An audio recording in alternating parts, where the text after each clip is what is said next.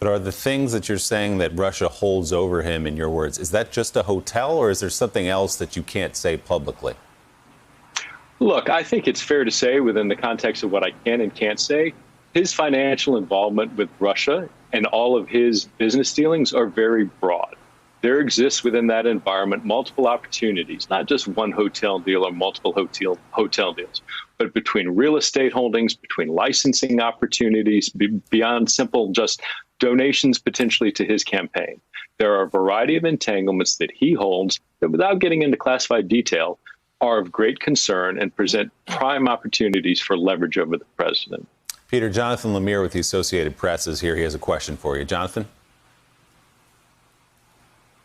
Hey, Peter, as you well know, when President Putin was asked if the Russian government had any compromising material on President Trump or his family, that question was put to him in Helsinki, he didn't give a no to that. But I wanted to ask you about Robert Mueller's investigation, for which, of course, you were a part of for a time. You've mentioned here in great detail the business dealings of the president, and you've written in your book that you felt that a broad-based, deep investigation was needed into the president's business dealings, that mountains of financial records would need to be sifted through and poured over. But can you, as you see the finished product, as you've examined what Robert Mueller and his team ended up doing after you were removed from the investigation, do you feel like that has happened? Was the work done that was needed to really examine the president's financial dealings? Well, my concern is that it wasn't. Look, Director Mueller and the scope of his work within the special counsel's office was never going to touch on the counterintelligence aspects of that investigation.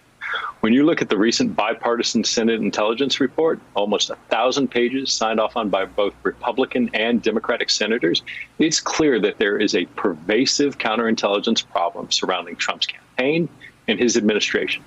To do that effectively, to understand that, would need to go back decades and would have to, as you know, be very detailed in looking at those financial transactions.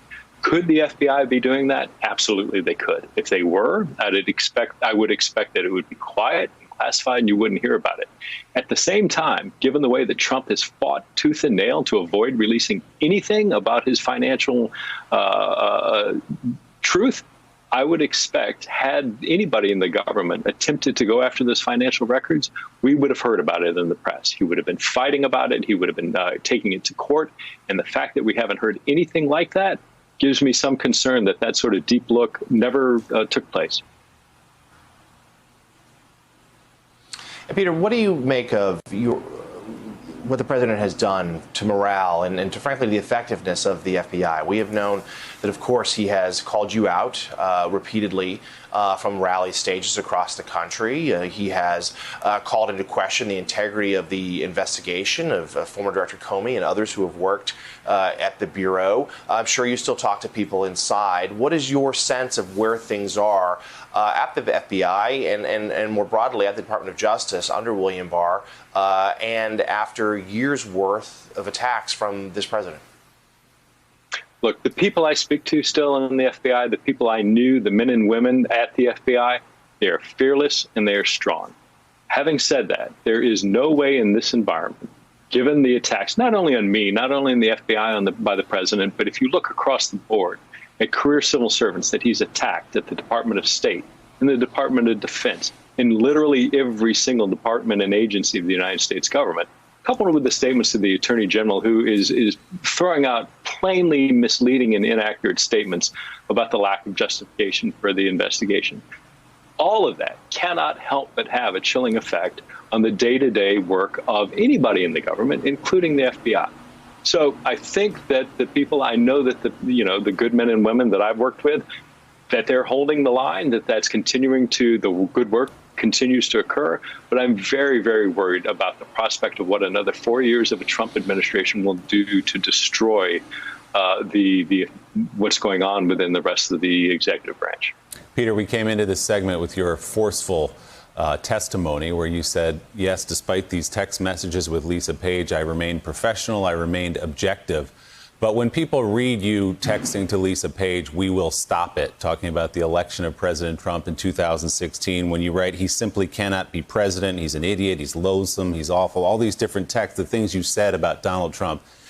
How could someone read those and not see personal bias against this president? Look, I can understand that concern. I'd point to two things. The first is every single thing that the FBI did investigatively with regard to Secretary Clinton and candidate Trump, to almost an individual item, all hurt Secretary Clinton or helped then candidate Trump. There is no two ways around that. The second thing that I'd point to is there have been multiple investigations, 2 by the Inspector General, several by U.S. attorneys, multiple congressional looks, all of which have found no indication of any improper activity based on impermissible bias or other acts. So the record is very clear. The work that we did, the work that I did, was independent, objective, and thorough. And any suggestion otherwise is just pure partisan nonsense. So what is your concern now? We sit here in 2020. We're less than 2 months away from Election Day, about what Russia may be doing. Knowing what you know as a former counterintelligence official in the FBI, you watched it in 2016.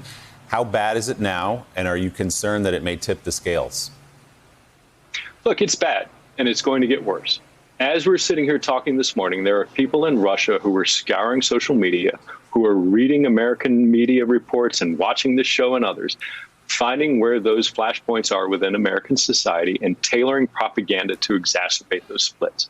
As we talk right now, there are people who are attacking our voting infrastructure, who are seeking to get into voter rolls and databases and equipment software, and that is only going to increase as time goes on. The Russians saw what they were able to do in 2016. They haven't been sitting still these last 4 years. They have taken the things that they've done, they have improved them, they have increased their ability to hide their hands so it's not as obvious when they are working, and they're actively working right now. And my concern is that it's only going to increase, not only up to the election, but past the election as we try and come to terms with whatever result occurs in early November. Maybe a while after Election Day. The new book is Compromised: Counterintelligence and the Threat of Donald J. Trump. Peter Strzok, thanks for your time this morning. We appreciate it. Still ahead on Morning Joe, the Justice Department intervenes in a defamation lawsuit brought against President Trump. We're back in a moment. Thanks for checking out MSNBC on YouTube, and make sure you subscribe to stay up to date on the day's biggest stories. And you can click on any of the videos around us to watch more from Morning Joe and MSNBC. Thanks so much for watching.